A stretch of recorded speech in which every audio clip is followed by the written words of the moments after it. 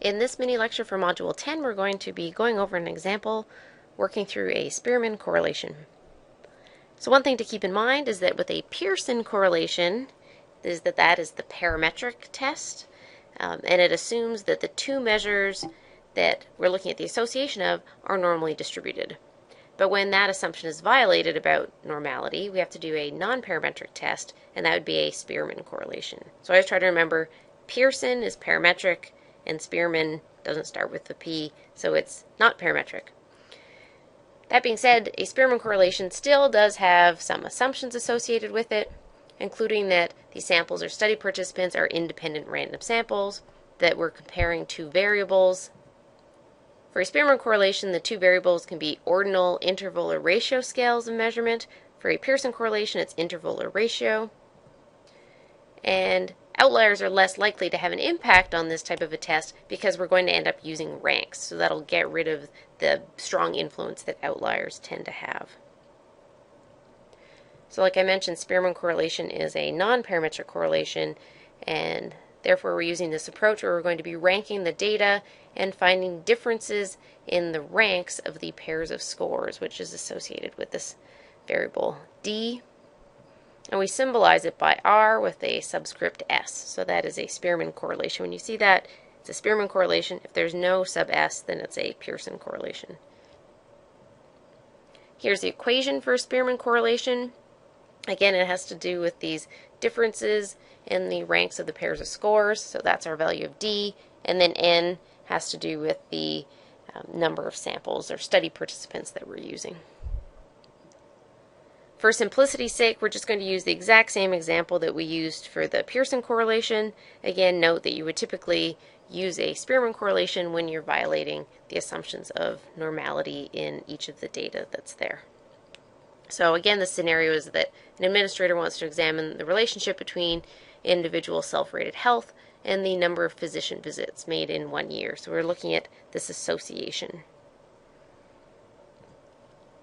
So we have the ID numbers associated with all the patients and their values of self-rated health and the number of physician visits, and we need to rank our data. And we're going to do this from worst to best, just because that tends to coincide with the scale that already existed. So where number 1 is poor health to number 5 being excellent. So we'll rank all those individuals, and we'll also rank them according to the number of physician visits in the last year. So you do these separately. So you do all the self-rated health, figure out the ranks, then you do all the physician visits and figure out the ranks. It's the same pattern that we've seen before in dealing with tied ranks, that it's the average of all of those tied values. So here we have our self-rated health, so the lowest value we have is a 2, so it gets a health rank equal to 1. The next one is that we have a 3 for patient ID number 2 and number 8. So those will both end up with values of 2.5, right? Because they would have been given a 2 and a 3, and then we take the average. Similarly, for the physician visits, if things are tied, then again you take the averages. Then we figure out the difference. So we're taking our health rank for individual with an ID of 1, which is 7.5, minus the physician visits, that's 1.5, so the difference in the column for D is going to be equal to 6. Again, some of these are going to be positive, some of them are going to be negative, just depending on where the ranks are ending up in those two respective columns. Okay, so for patient ID number 2, 2.5 for the health rank, minus 5.5 for the physician visit rank is going to be minus 3. And you just keep going. Then we square those.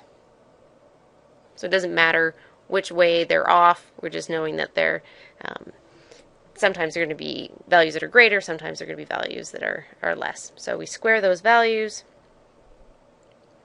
and then we sum up those values for D squared, because that's what we're going to need in our calculation.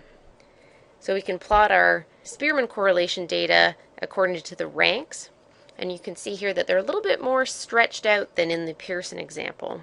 And this is because now the values potentially could go from 1 to 8, and they go from 1 to 7.5, as opposed to being on a scale from 1 to 5. So the Spearman correlation is sort of stretching out our data a little bit in this case. In some cases, when you have values that would range from 1 to 100, but you only had 8 individuals involved, it would shrink them down. So using ranks is going to change the shape of the data a little bit. When we go and calculate our Spearman correlation, here we have the equation, and we have our values that we need to plug into it. So our value of the sum of d squared was 143. The number of individuals that are being used here is 8, so we have n, and then n squared is 64, so we just plug in those numbers, and then we're going to get a value of negative 0.702. Now notice that this is a little bit different than when we did the Pearson correlation, and again, this is because we're dealing with ranks. If we were looking for the significance of this type of a test, recall that when the assumptions hold, it's better to use a parametric test because it has more power to detect real differences when it's different from what our null hypothesis is. And that a non-parametric test is useful when the assumptions are violated for the parametric test. Then you use the test associated with using rank.